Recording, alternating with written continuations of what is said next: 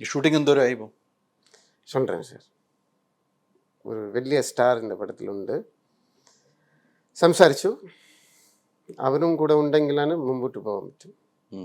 എന്നെ സഹായിക്കാൻ പറഞ്ഞിട്ടുണ്ട്. വെയിറ്റ് ചെയ്യാൻ. എവിടെയാണ് ലൊക്കേഷനൊക്കെ? എറണാകുളം. എറണാകുളം തന്നെ. എറണാകുളം സോങ്. അതും നന്നായി നടക്കട്ടെ. നന്നായി നടക്കും സാർ. இந்த ക്രിസ്മസ് മറ്റുള്ള ഒറ്റ ഒരു കാര്യം പറയാം. ഞാൻ ഇതെല്ലാം കഴിഞ്ഞിട്ടും തിരിച്ച് ലൈഫിൽ വന്നിട്ടും ഒരുപാട് പ്രൊഡ്യൂസേഴ്സ്, ഒരുപാട് ഡയറക്ടേഴ്സ് എന്നെ വിശ്വസിച്ച് നിങ്ങൾ இந்த പടം ചെയ്യുന്നു വന്നിട്ട് ഞാൻ ഇല്ല എന്ന് പറഞ്ഞ എല്ലാവരും ക്ഷമ ചോദിക്കാൻ. കാരണം എൻ്റെ മേലിരിക്കുന്ന എക്സ്പെക്റ്റേഷൻ അടുത്ത പടം വലിയ ഹിറ്റാവും. എന്നെ ഇത്രത്തോളം ഓഡിയൻസ് വെയിറ്റ് ചെയ്തു, എന്നെ സഹിച്ചു, എന്നോട് സ്നേഹം കാണിച്ചിട്ടുണ്ട്. കുറച്ച് കാലം കറക്റ്റ് പാത്തിൽ ഇറങ്ങി ഒരു ഹിറ്റ് കൊടുത്തിട്ടുണ്ടെങ്കിൽ I will keep entertaining. Definitely பண்ணுவேன். அது வேணும். அது வரைக்கும் வெயிட் பண்ணுறேன். யாராவது ஒருத்தர் திரிஞ்சு നോക്കലാമേ. എനിക്ക് ആഗ്രഹമായിരുന്നു. ഞാൻ ഒരേ ഒരു ആളെടുത്ത് മാത്രമേ പറഞ്ഞിട്ടുള്ളൂ. എനിക്ക് ലാലേട്ടൻ ഭയങ്കര ഇഷ്ടം. പക്ഷെ ഞാൻ അഭിനയിക്കുന്ന ആരച്ചപ്പോൾ പിഷാരടി ചോദിച്ചപ്പോൾ ഞാൻ പറഞ്ഞു എനിക്ക് മമ്മൂക്ക കൂടെ അഭിനയിക്കണം. ഇപ്പോൾ മനസ്സിൽ തോന്നുന്നു അഭിനയിക്കണം. ഏങ്കര ചോദ്യമില്ലാണ്ട് മമ്മൂക്കയുടെ കൂടെ അഭിനയിച്ചിട്ടില്ല. പിന്നെ ബിഗ് ബി അതെല്ലാം ചോദിച്ചു. പിന്നെ പെട്ടെന്ന് ലാലേട്ടൻ്റെ കൂടെ തോന്നുന്നുണ്ട്. മമ്മൂട്ടിയുടെ അഭിനയിക്കും പറഞ്ഞാൽ എനിക്ക് തോന്നുന്നുണ്ട്. പൃഥ്വിരാജ് പേര് പൃഥ്വിരാജ് പേര് പറഞ്ഞില്ല. ലാലേട്ടൻ്റെ കൂടെ അഭിനയിച്ചിട്ടുണ്ട്, മമ്മൂക്കയുടെ കൂടെ അഭിനയിച്ചിട്ടുണ്ട്. അതിലൊരു രസകരമായ ഒരു കാര്യം എന്നെ ഫോണിൽ വിളിച്ചു കേട്ടാ.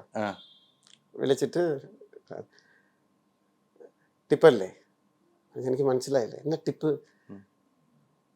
ഇത് ഏത് മിമിക്രി ആർട്ടിസ്റ്റാണ്?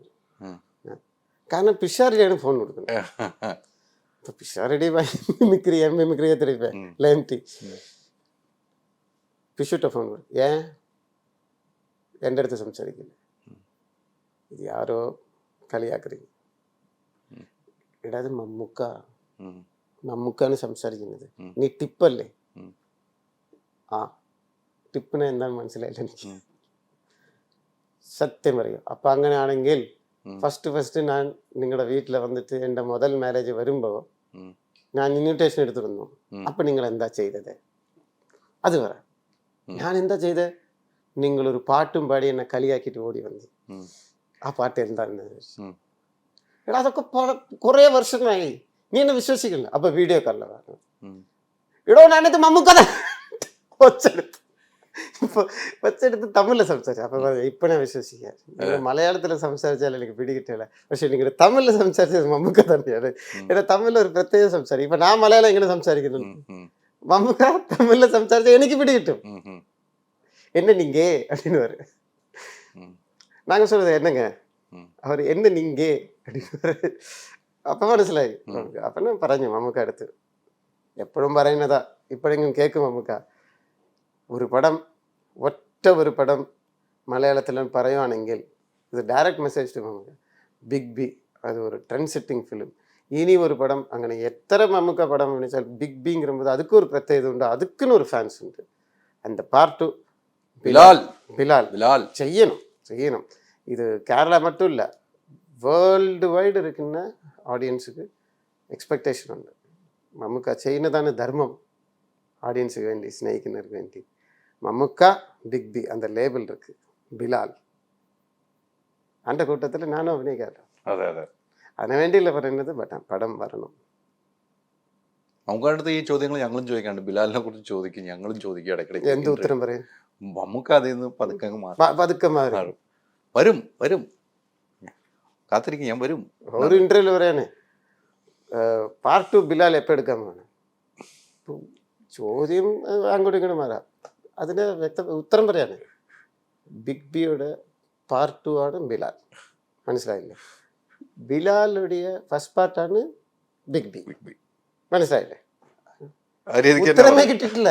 ചെയ്യുമല്ലോ ആ രീതിക്കൊക്കെ സംശയം. അപ്പം മമ്മൂക്കായിട്ടൊരു സിനിമ ചെയ്യണം ആഗ്രഹം തോന്നി. ഞാൻ പറഞ്ഞു പിഷാരടി എനിക്ക് ഈ ഒരു തരുണത്തിൽ ക്രിസ്മസ് എന്നൊരു കാര്യം പറയാം. എന്നെ ദ്രോഹിച്ചവർ കൂടെ നന്നായിരിക്കണം. എല്ലാവരും നന്നായിരിക്കണം. അവരുടെ അവകാശം അവരവർക്ക് സ്വന്തമാണ്. സ്നേഹിക്കുക, ആത്മാർത്ഥമായി സ്നേഹിക്കുക. നിങ്ങളുടെ മനസാക്ഷി തന്നെ ഒരു കോടതി വയ്ക്കുക, അതിലെ ദൈവത്തെ ജഡ്ജായിട്ട് വയ്ക്കുക. അപ്പോൾ ഞാൻ പറയുന്നത് മനസ്സിലാവും.